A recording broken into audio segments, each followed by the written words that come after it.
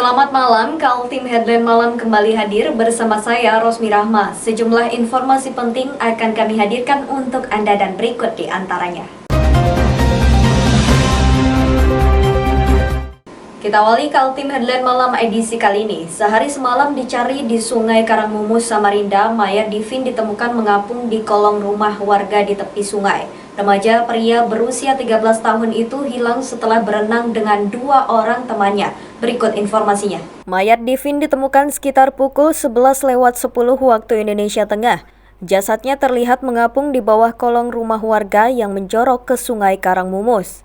Setelah berkoordinasi melalui komunikasi, tim SAR gabungan yang sedang melakukan penyisiran sungai langsung bergerak menuju tempat korban ditemukan. Mayat Divin dievakuasi tim SAR dengan cepat. Sebelum diserahkan kepada pihak keluarga, jasadnya dibawa ke Rumah Sakit Abdul Wahab Syarani untuk mendapatkan visum, sekaligus memeriksa apakah ada tanda-tanda kekerasan pada tubuh korban. Namun hasil pemeriksaan memastikan tidak ada kekerasan sebagai penyebab kematian korban. Selamat pagi Pak, mohon izin untuk perkembangan operasi H2 di anak tenggelam di Karangmumus.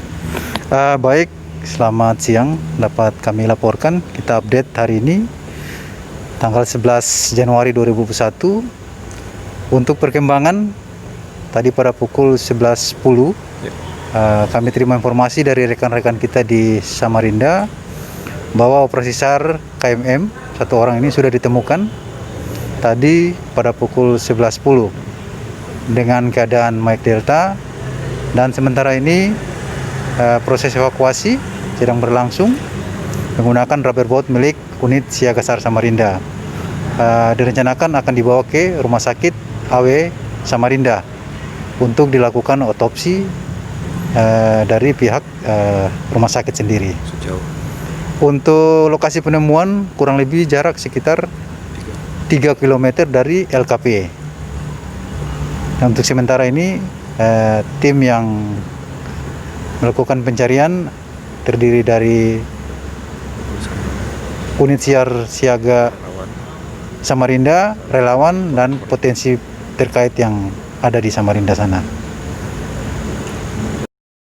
Cerita duka itu berawal saat Divin yang berusia 13 tahun bermain-main dengan dua rekannya, Rizky dan juga Kila, di Sungai Karangmumus, sekitar Jalan Pemuda 4 Gang Haji Nusu, Samarinda. Ketiganya kemudian mandi berenang di sungai, namun tidak begitu lama remaja itu terbawa arus dan hilang dari pandangan mereka. Laporan diterima tim SAR hari Minggu sekitar pukul 13:50 waktu Indonesia Tengah. Pelapornya adalah Ibu Betty Lavea selaku Ketua RT 30 di tempat lokasi kejadian. Operasi pencarian melibatkan unsur Siaga SAR Samarinda, Polsek Sempaja Selatan, relawan Kota Samarinda, dan juga warga sekitar. Sedangkan peralatan SAR yang diturunkan berupa rescue truck personel, rescue demak, rubber boat, dan mopel 40 PK, peralatan SAR air lengkap, dan juga alat komunikasi, termasuk menurunkan para penyelam. Tim Kaltim TV melaporkan.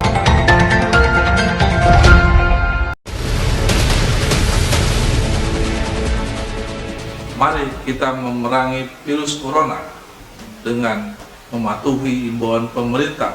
Stay at home.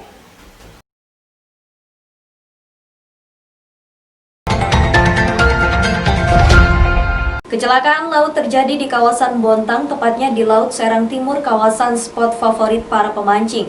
3 orang yang selamat dan 1 orang hilang setelah perahu mereka ditabrak kapal tanker. Kejadiannya sekitar pukul 5.15 WITA saat mereka memancing sepanjang malam minggu di kawasan perairan Laut Serang Timur, Bontang. Subuh hari itu masih gelap ketika tiba-tiba perahu yang ditumpangi 4 orang pemancing ditabrak kapal tanker. 4 orang yang berada di perahu pemancing terhampur di laut. 3 diantaranya berhasil selamat, sedangkan 1 orang dinyatakan hilang. Sementara kapal tanker terus melaju seolah tidak tahu ada peristiwa tabrakan tersebut. Pemancing yang selamat adalah Mustari, Yunus, dan Sada. 1 orang lagi rekan mereka yang hilang setelah tercebur ke laut bernama panggilan Toa. Kami informasikan pada hari ini, tanggal 10 Januari 2021, terima informasi dari BPD Bontang bahwa telah terjadi laka kapal di perairan Bontang yang menimpa 4 nelayan Kejadian adalah pada pukul 04.00 hari ini, 4 nelayan melaksanakan melaut di sekitar perairan Bontang. Namun pada pukul sekitaran tersebut, kapal mereka ditabrak oleh kapal tanker yang saat melintas di tempat mereka melaut.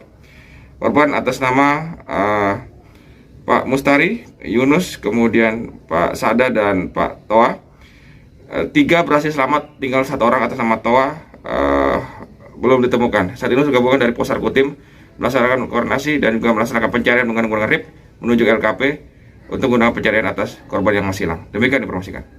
Tim Basarnas gabungan sudah berkumpul dan melakukan pencarian di lokasi kejadian. Menggunakan peralatan SAR seperti RIB, sampai Minggu sore hasil pencarian masih nihil. Selain dari rescue tim Posar Pencarian dan Pertolongan Kutai Timur, terlihat juga personel BPBD Bontang, Pos Angkatan Laut Bontang, dan Polisi Airut Bontang. Sesuai dengan prosedur, masa pencarian korban dilakukan selama sepekan. Tim Kaltim TV melaporkan.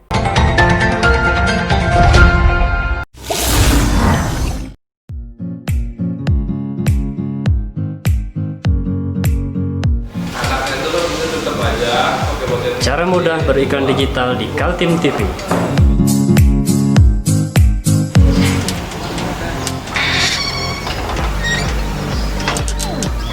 Yang pertama, jadilah sahabat Kaltim TV.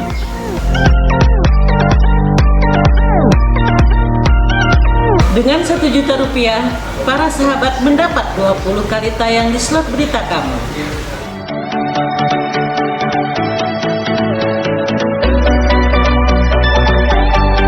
Dengan 20 detik dapat menjangkau 20.000 penonton. Anda beruntung karena mendapat kesempatan perdana dari kami. Ayo jadilah sahabat Kaltim TV.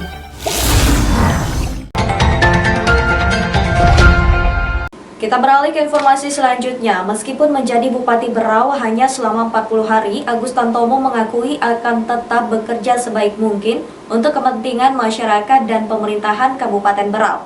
Di sisa masa akhir pekerjaannya, Agus mengaku akan konsen mengatasi virus corona yang sudah semakin menggila penyebarannya. Inilah pernyataan Bupati Berau Agus Tantomo saat diwawancarai wartawan usai pelantikannya oleh Gubernur Kaltim Isran Nur di Ruang Ruhui Rahayu, kantor Gubernur Kaltim Jalan Gajah Mada, Samarinda. Menurut Agus Tantomo, siapapun nanti yang menjadi pemimpin di Kabupaten Berau, konsentrasi terbesar tetap ada pada penanggulangan virus corona. Agus Tantomo akan menjadi Bupati Berau tersingkat, yakni sekitar 40 hari. Dia akan melepaskan jabatan itu pada 17 Februari 2021, bertepatan berakhirnya masa jabatan Bupati dan Wakil Bupati Berau periode 2016 hingga 2021. Meskipun berada di periode singkat, Agus mengakui akan memanfaatkan waktu yang tersisa secara maksimal, terutama untuk mengurus masalah COVID-19 yang penyebarannya begitu masif di Kabupaten Berau maupun di seluruh Indonesia. Kepala daerah manapun saat ini di Indonesia semua sedang berkonsentrasi menangani COVID-19. Saya juga di Berau, insya Allah kebetulan memang di Berau beberapa minggu terakhir masalah COVID ini agak menurun, sehingga saya sudah bertekad di sisa masa jabatan saya konsentrasi penanganan COVID. Saya sebenarnya sejak 3 minggu sampai 1 bulan terakhir sudah mengambil kebijakan yang sebenarnya lebih keras daripada kebijakan yang diambil di tingkat provinsi dan nasional. Jadi antaranya kemarin malam tahun baru kita memperlakukan jam malam dan sampai hari ini masih berlaku larangan makan minum di tempat boleh takeaway. Berdasarkan data dari Satgas Penanganan COVID-19 Kaltim, Kabupaten Berau termasuk yang sedang mengalami peningkatan pasien aktif tinggi. Bahkan pada edisi 8 Januari terjadi penambahan kasus aktif sebesar 42 kasus. Saat ini Berau kumulatif yang terpapar virus ada 1.569 orang dan yang dinyatakan sembuh 965 orang. Jumlah pasien positif meninggal dunia ada 17 orang dan pasien aktif yang dirawat isolasi mandiri maupun di rumah sakit ada 587 orang. Tim Kaltim TV Hardin melaporkan.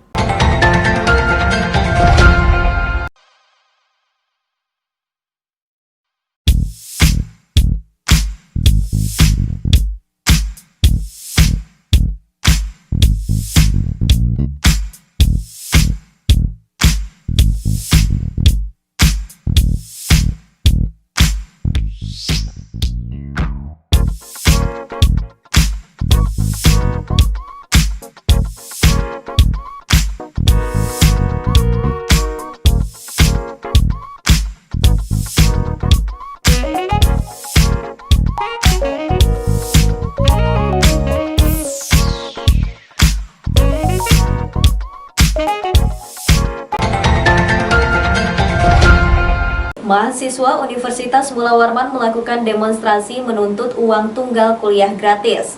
Alasan mereka karena sudah memasuki 3 semester pandemi COVID-19 terjadi dan perkuliahan antara dosen dan mahasiswa hanya lewat online. Berikut informasinya. Inilah aksi puluhan mahasiswa yang tergabung dalam Aliansi Mahasiswa Universitas Mula Warman pada Selasa pagi. Mereka mendatangi gedung Rektorat Unmul untuk bertemu dengan Rektor, namun diterima oleh Wakil Rektor 2, Dr. Insinyur Haji Abdunmur dan Wakil Rektor 3, Dr. Insinyur Haji Encik Ahmad Saifuddin. Aksi damai mahasiswa dipicu oleh terbitnya surat keputusan rektor yang mengatur adanya keringanan uang kuliah tunggal hanya untuk mahasiswa yang kuliahnya tersisa SKS. Para mahasiswa menginginkan UKT gratis untuk semua mahasiswa. Dua alasan mengapa para mahasiswa menuntut UKT gratis, yakni karena masa pandemi COVID-19 membuat penghasilan para orang tua mahasiswa banyak yang kesulitan. Kedua, perkuliahan juga tidak berbiaya mahal karena bukan tatap muka di kampus tapi melalui daring. Melalui keresahan bersama dengan UKT yang tidak kunjung gratis, UKT yang tidak kunjung diberikan kepada mahasiswa secara menyeluruh, inilah membuat kami merasakan kenapa kebijakan-kebijakan ini tidak berpihak kepada mahasiswanya. Sudah seharusnya rektor memberikan suatu kebijakan yang mana kita sudah melalui 3 semester masa pandemi, itu artinya kita sudah melewati 1,5 tahun masa pandemi ini. Jadi seperti itu. Dari kenapa kami harus menuntut UKT itu gratis? Yang pertama adalah UKT hari ini tidaklah memperlihatkan transparansinya kemana anggaran ini terjadi.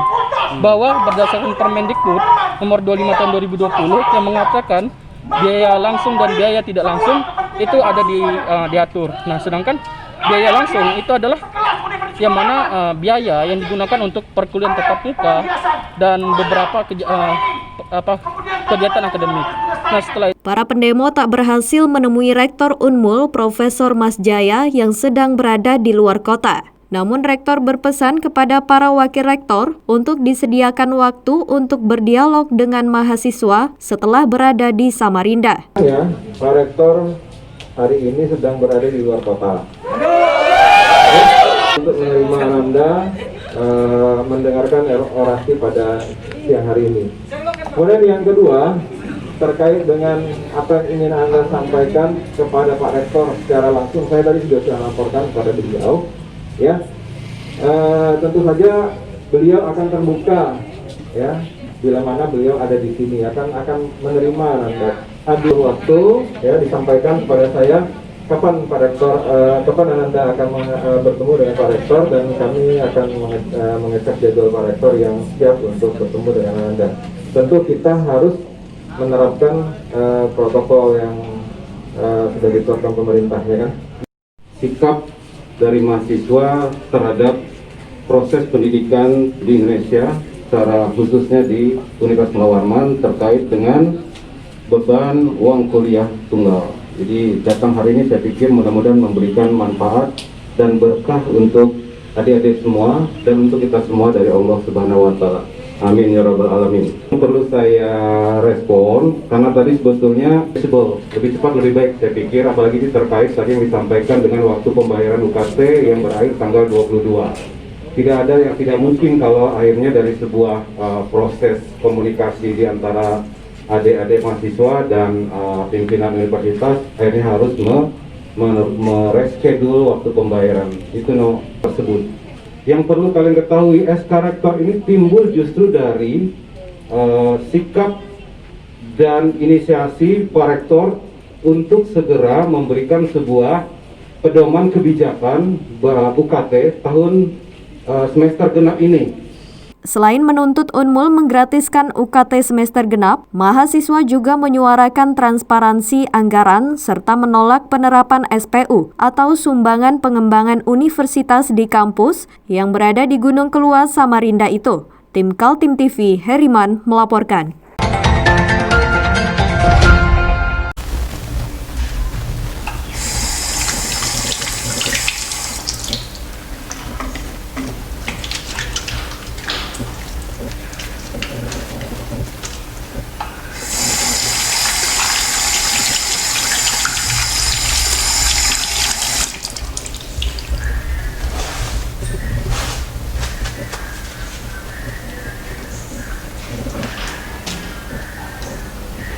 Meskipun di rumah saja, kita tetap selalu menjaga kesehatan, cuci tangan, menggunakan hand sanitizer. Ingat, mulailah dari diri sendiri. Pemerintah Kabupaten Kutai Kartanegara memastikan kontraktor yang telah menyelesaikan pekerjaan akan dibayar sesuai dengan kontrak. Saat ini pemerintah sedang mencari landasan hukum karena pekerjaan itu semestinya telah dibayarkan pada tahun 2020, sementara saat ini sudah masuk di tahun 2021. Berbagai isu bermunculan saat lebih 1.600 kontraktor yang menjadi rekanan pemerintah Kabupaten Kutai Kartanegara belum dibayar.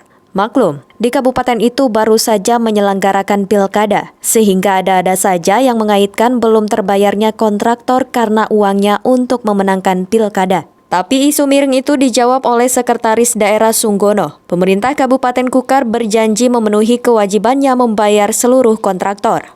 Hanya saja perlu waktu antara Januari sampai bulan Maret, karena proses pembayaran memerlukan beberapa hal teknis yang harus ditempuh. Di antaranya lantaran pekerjaan para kontraktor pada tahun 2020, sementara saat ini sudah memasuki tahun 2021. Sekda mengatakan dia segera ke Jakarta membicarakan masalah tersebut dengan Kemendagri agar pihaknya punya landasan hukum untuk pembayaran tersebut. Pak Bupati, Pak Wakil sudah sampaikan kita akan berkoordinasi mungkin insya Allah hari Senin ke Jakarta untuk menyampaikan dalam kondisi seperti ini apakah memang kita perlu menambah konten di sistem yang sudah ada atau seperti apa itu yang kita kasihkan nanti hari Senin. Pak Bupati bilang untuk ke depan sistem tagihannya bakal per termin agar tidak terulang di akhir tahun ini. Ini bukan ke depan, sejak dulu pun aturannya kan seperti itu, cuman kan tidak sebagian, maksud saya tidak semua kontraktor mengambil hak itu dan juga nggak kita bisa salahkan gitu. Jadi katanya terjadi kejadian seperti saat ini. Mudah-mudahan ke depan manakala kita bisa membangun kesepakatan, ini kan masalah trust aja nih, masalah trust antara penyedia jasa dengan pemerintah. Apakah dengan cara seperti itu mereka lebih mudah, lebih nyaman, lebih bisa terayuni dan sebagainya. Itu yang coba kita mulai sekarang kita bangun. Jadi kalau dari segi kesiapan Pemkab siap. Saat ini sebanyak 1.624 hingga 1.714 kontraktor belum menerima pembayaran atas pekerjaan yang telah selesai dilakukan para kontraktor pada tahun anggaran 2020. Keterlambatan pembayaran bukan terkait masalah ketersediaan keuangan, tapi karena proses administrasi yang sangat banyak. Sementara staf yang mengerjakan seperti memverifikasi perusahaan sangat minim. Di samping itu, para kontraktor juga banyak yang tidak mengambil uang pembayaran berdasarkan termin pekerjaan, tapi menumpuk dan menagih sekaligus pada akhir pekerjaan. Lantaran itu, Pemkab Kukar mengakui kekurangan staf yang memproses pembayaran para kontraktor. Pemkab Kukar mengakui akan mengevaluasi masalah tersebut agar tidak terjadi lagi pada tahun 2021. Perwakilan para kontraktor Andi Yusri merasa gembira karena Pemkab Kukar memberikan respon yang baik atas tuduhan para kontraktor. Total yang belum terbayar oleh Pemkab sebesar 305 miliar dan diharapkan sudah selesai sesuai yang dijanjikan, mulai Januari hingga Maret. Hari ini keluar sepakatan agreement yang sifatnya mengikat masing-masing untuk dilaksanakan, yaitu estimasi pembayaran di bulan Januari sampai Februari. Maret plus tanggalnya. Apalagi? Ini sudah cukup melegakan para kontraktor ya? Kami selaku warga negara Indonesia, warga negara yang baik, yang taat pada aturan dan hukum, ini sudah akan menjadi upaya kami, wujud protes kami, minta kepastian kami. Nah, setelah ada kepastian semacam ini kan tentunya kami. Tim Kaltim TV Hardin melaporkan.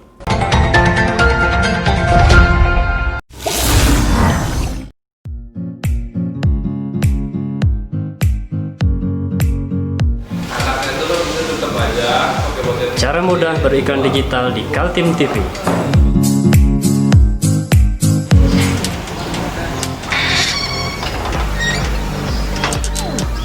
Yang pertama, jadilah sahabat Kaltim TV.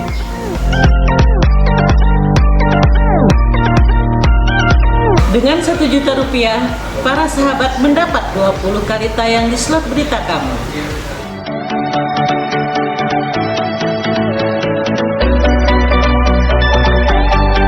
Dengan 20 detik dapat menjangkau 20.000 penonton.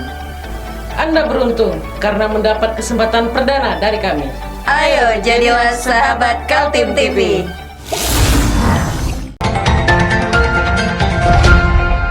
Demikian Kaltim Headline Malam edisi kali ini. Informasi lainnya dapat Anda simak melalui situs website kami www.kaltim.tv, channel YouTube dan fanpage Facebook Kaltim TV. Jangan lupa untuk selalu patuhi protokol kesehatan. Saya Rosmi Rahma bersama kerabat kerja yang bertugas pamit undur diri. Selamat malam dan sampai jumpa.